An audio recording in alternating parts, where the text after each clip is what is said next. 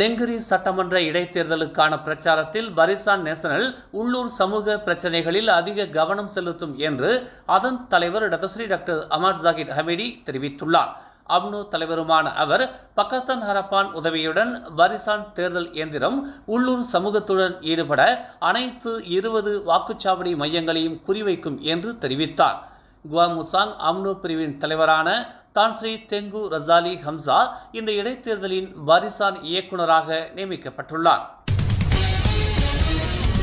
நெங்கிரி சட்டமன்ற இடைத்தேர்தலில் பரிசான் நேஷனலின் முகமது அஸ்மாவி ஃபிக்ரி அப்துல் கானி மற்றும் பரிகாத்தான் நேஷனலின் முகமது ரிஸ்வாடி இஸ்மாயில் இடையே நேரடி போட்டி நிலவுகிறது.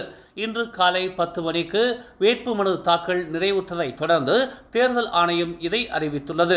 கடந்த ஜூன் 13ஆம் தேதி முகமது அசீசி அபு நாயிம் பெர்சாத்துவிலிருந்து வெளியேற்றப்பட்டதை தொடர்ந்து ஜூன் 19ஆம் தேதி கிளந்தான் மாநில சட்டசபை சபாநாயகர் டத்தோ முகமது அமார் நிக் அப்துல்லாவால் அந்த இடம் காலியானதாக அறிவிக்கப்பட்டது.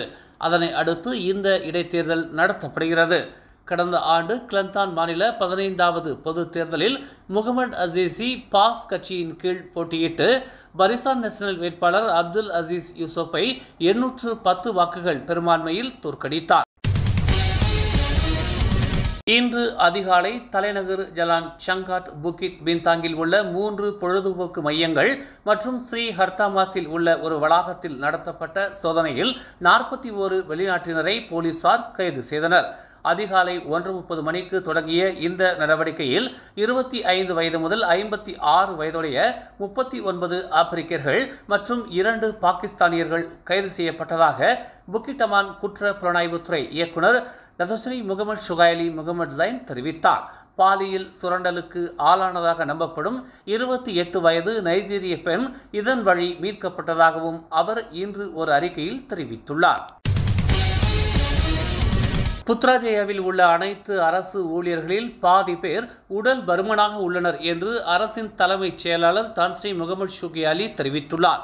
இதனால்தான் அரசு ஊழியர்கள் ஆரோக்கியமான நடவடிக்கைகளில் ஈடுபடுவது அவசியம் என்று அவர் வலியுறுத்தினார். இன்று கார் ஃப்ரீடே நிகழ்ச்சியின் போது செய்தியாளர்கள் மத்தியில் அவர் இதனை தெரிவித்தார். இந்த திட்டத்தை துணை பிரதமர் டதஸ்ரீ ஃபடிலா யூசுப் தொடக்கி வைத்தார். பிரதமர் துறையின் கூட்டரசு பிரதேச அமைச்சர் டாக்டர் ஜலிகா முஸ்தபா மற்றும் பொது சேவை துறையின் தலைமை இயக்குனர் டதஸ்ரீ வான் அமாட் தஹ்லான் அப்துல் அசீஸ் ஆகியோர் கலந்து கொண்டனர். சமூக ஊடகங்கள் மற்றும் ஆன்லைன் செய்தியிடல் வழங்குநர்கள் உரிமம் பெற தங்கள் விருப்பத்தை வெளிப்படுத்தி உள்ளதாக தகவல் தொடர்புத்துறை அமைச்சர் ஃபாமி ஃபாஜில் தெரிவித்துள்ளார். தாம் சிங்கப்பூரிலிருந்து திரும்பியதும் பல பிளாட்ஃபார்ம் வழங்குநர்களை சந்தித்ததாகவும் அவர்கள் உரிமம் பெறவும் மலேசியா மிகவும் முக்கியமான சந்தை என்பதை புரிந்து கொள்ளவும் தயாராக உள்ளனர் என்றும் இன்று செய்தியாளர்களிடம் அவர் தெரிவித்தார். சமூக ஊடகங்கள் மற்றும் ஆன்லைன் செய்தியிடல் தளங்களில் இருந்து மலேசிய தகவல் தொடர்பு மற்றும் பல்லூடக ஆணையமான MCMC இதுவரை எந்த விண்ணப்பத்தையும் பெறவில்லை என்று ஃபாமி கூறினார். பாதுகாப்பான ஆன்லைன் சுற்றுச்சூழலை உறுதி செய்வதை நோக்கமாக கொண்ட புதிய ஒழுங்குமுறை கட்டமைப்பின் ஒரு பகுதியாக இந்த தேவை இருப்பதாக MCMC தெரிவித்தது. அடுத்த ஆண்டு ஜனவரி 1ஆம் தேதி முதல் கட்டாய உரிமம் முறை அமல்படுத்தப்படும் என்பது குறிப்பிடத்தக்கது. கட்டுமானத்தில் இருந்த LRT3 நிலையங்களில் இருந்து கேபிள்கள் திருடப்பட்ட சம்பவம் தொடர்பாக பாகிஸ்தானியர் உட்பட 5 பேர் கைது செய்யப்பட்டனர். சந்தேக நபர்கள் 5 பேரும் கட்டுமான பணியிடங்களை அணுகிய ஒப்பந்ததாரர்கள் என்பது தெரிய வந்துள்ளது. இழப்பு 25 லட்சம் வெள்ளிக்கும் அதிகமாக மதிப்பிடப்பட்டுள்ளது. 32 முதல் 41 வயதுடைய சந்தேக நபர்கள் வியாழக்கிழமை மாலை 6:30 மணி முதல் இரவு 9 மணி வரை ஷா அலாம் மற்றும் டமான்சாராவில் கைது செய்யப்பட்டனர். பள்ளி நிகழ்ச்சிகளின் அமைப்பு மற்றும் நன்கொடைகள் விநியோகம் தொடர்பான பிரச்சினைகளை கையாளுவதை நிறுத்துமாறு கல்வி அமைச்சு அனைத்து தரப்பினருக்கும் அறிவுறுத்தியுள்ளது. இந்த விவகாரம் தீர்க்கப்பட்டு விட்டதாகவும் தற்போதுள்ள வழிகாட்டுதல்களை நிலைநிறுத்துவதற்கான அமைச்சரவையின் முடிவை பின்பற்றுமாறும் தெரிவிக்கப்பட்டுள்ளது. பள்ளிகளுக்கான FIFA கால்பந்து திட்டம் மற்றும் FIFA பெண்கள் கால்பந்து பிரச்சாரத்தை தாசே பெருமாய் தேசிய பள்ளியில் இன்று தொடக்கி வைத்த பின்னர் கல்வி அமைச்சர் ஃபத்லினா சீடேக் இதனை தெரிவித்தார்.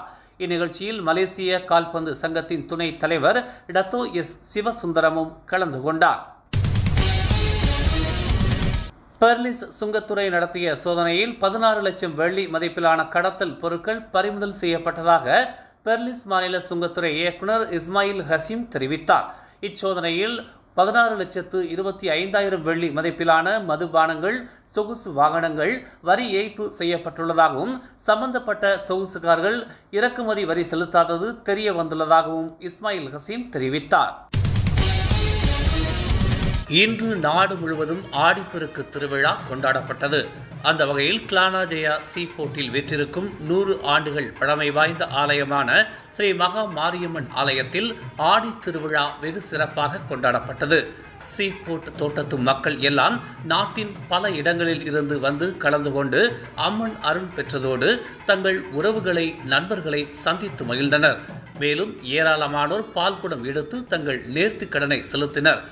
ஆடி மாதம் 31 நாட்கள் விழாக்கோலம் பூண்டிருக்கும் இவ்வாலயம் 100 ஆண்டு பழமையானது என்றும் அனைத்து மக்களுக்கும் அம்மனின் அருள் பெருகட்டும் என்றும் ஆலய தலைவர் ராமச்சந்திரன் தெரிவித்தார். மேலும் செய்திகளை தெரிந்து கொள்ள தமிழ் மலர் நாளிதழை பாருங்கள்.